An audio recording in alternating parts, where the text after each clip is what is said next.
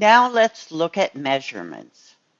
When you search for measurements, I recommend that you do it one vehicle at a time, or you're going to have way more data than you know what to do with. And you probably want to keep the time frame to a minimum as well. You can easily see the depth of detail that we're able to achieve when we look at these measurements. Accelerometer data, the acceleration forward and back, side to side, and up and down, gives us a great deal of insight into how the driver is driving. We can also see fluid levels, voltages, distances traveled, coolant temperatures, engine speed, road speed, percentage of fuel in tank, and gear positions on my vehicle.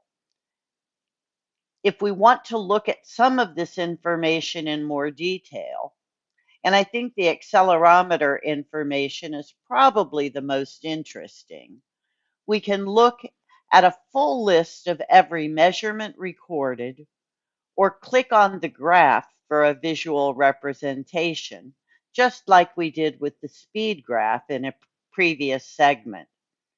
We can zero in on a specific time frame that is of interest and get a better understanding of how the driver is driving.